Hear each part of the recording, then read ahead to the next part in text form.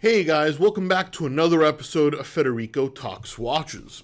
Today, shorter little video where I'm answering some of your questions, such as, do I always sell a piece when I fall out of love with it in my personal collection? And can you have a conversation about Tudor without mentioning Rolex?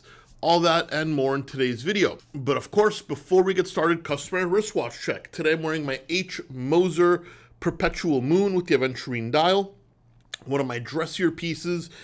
I do wear it from time to time, though more of a special occasion watch, and it's coming with me on this trip. And also, guys, don't forget to check out delraywatch.com. A bunch of new watches in stock, including this white dial, Zenith, Chronomaster Sport, box papers, cheapest one in the country, El Primero Movement. This one will go quick. A Cartier, Santos de Cartier in medium, great condition, and full box and papers, and an Omega Railmaster, also the cheapest one in the United States, the Explorer alternative that I actually like significantly better, but, that's just my opinion. All at delraywatch.com, link in the description below, the best place for a watch geek to buy a watch. Anyway, guys, these are some of the questions you asked me on my Instagram account at Federico Talks Watches. Couple times a month, you'll see a Q&A picture pop up. Ask your question there. When I get enough questions, which usually only takes a few minutes, I take the picture down. Please don't DM me on Instagram. I do not check them. We start with bweaves17, and he says, "Hey Fed, when you tighten the crown and the logo on the crown is not upright, is this a shortcut lack of attention to detail, or am I just too OCD?" To be honest with you, my friend, this never bothered me at all. And also, the crown is a rotating thing. Obviously, you have to get the threads to align. I understand that, but the crown may also be in different positions when you screw it in, because the crown rotates when it's not screwed in. To be honest, no offense, but I do think that may be a little much too OCD. I'm an attention to detail kind of guy. Never really noticed that one. I have heard a few people mention it in the past, but I always thought, really? Who cares? Then again, the beauty of this hobby, what matters to you is maybe not what matters to me, and vice versa. So yeah, in my opinion, not a big deal at all, but yeah, that's just me. Alechograph. "Hey Fed, is it possible to have a conversation about Tudor without ever mentioning Rolex?" Absolutely not. You cannot. And guys, don't get mad at me. Let me explain why. Tudor is a great brand. That stands on its own, for sure. Their own proprietary movements, their own designs, questionably, but yes, their own designs for the most part. But no, you can't mention Tudor without mentioning Rolex. Tudor is owned by Rolex. Tudor started because of Rolex. Tudor is the less expensive version of Rolex, and Tudor only recently tried to start disconnecting itself from Rolex with the new Black Bays that came out about 10 years ago. But you can't just ignore, many decades of past history. Not to mention, that's one of the main reasons Tudor sells so well, is because of their association with Rolex.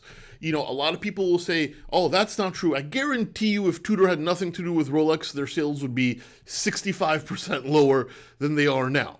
So I'm not saying, Tudor is only good because of Rolex. That's not what I'm saying at all. Tudor is a great brand, but can you mention it and have a real conversation about Tudor without mentioning Rolex? Absolutely not. It's like, can you talk about a car and not mention the fact that it has wheels? No, you can't. Same thing with Tudor and Rolex. Monty46. "Hey Fed, love the content. Thank you.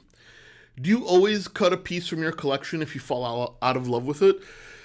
Monty, generally I do, though not always right away. For me, watch collecting is a little cyclical. Falling out of love is a gradual process, but it doesn't mean I won't fall back in love with that watch. When I get bored of a watch or start getting tired of a watch, I'll just put it back in the watch box. If after 4, 5, 6 months, I don't really have the same feelings, then yeah, I'll sell it. Watches are expensive objects. If I don't if I'm not in love with it, I'd rather spend the money to get something else and get something else that I'm in love with. That's why I like trading in and flipping watches. Now, yes, obviously I'm a watch dealer. I get it. I understand that, guys. But what's the point of having $10,000 or $5,000 or $500 in a watch box if it's not something you're going to enjoy? It makes no sense. So while I don't do it immediately because those feelings could come back, I see no space in my watch collection for a watch that doesn't make me feel a certain way. And I think most people should do it that way. Though, once again, as I said earlier in this Q&A, what I do is not necessarily what everybody else does, and that's absolutely fine. This is just my opinion. And Gennaro Sepe, are you still in love with the 2 PRXs you picked up? Actually, I have my time-only non-chrono PRX green dial here on my desk because I'm taking this on my trip as well. Still very much love it. I think it's a great piece for the money. I enjoy wearing it. It's comfortable. It's stylish. I made a whole PRX video, so I don't have to tell you about that. So yeah, that one I love. The chronograph I ended up selling. Wasn't very much in love with that one. A little too thick for me. To be honest, a little too expensive in my opinion for a 7750. Well, not too expensive, but just not quite the killer deal of the quartz or time only automatics. So yeah, I sold that one. Still think it's a great watch, but didn't need 2 PRXs in the collection. Love the time only, not time only, time and date green model I have. So, I'm going to keep that one for a long time, I think. But the chronograph quickly left the collection after I realized my needs were filled by the time and date model. Anyway, guys, that's it for today. Gotta get running to the airport. Probably no videos until next week at this point, but some special stuff coming. Please give this video a thumbs up if you enjoyed it. Really does help. Don't forget to subscribe so you don't miss any more content. And of course, I'll catch you in the next one.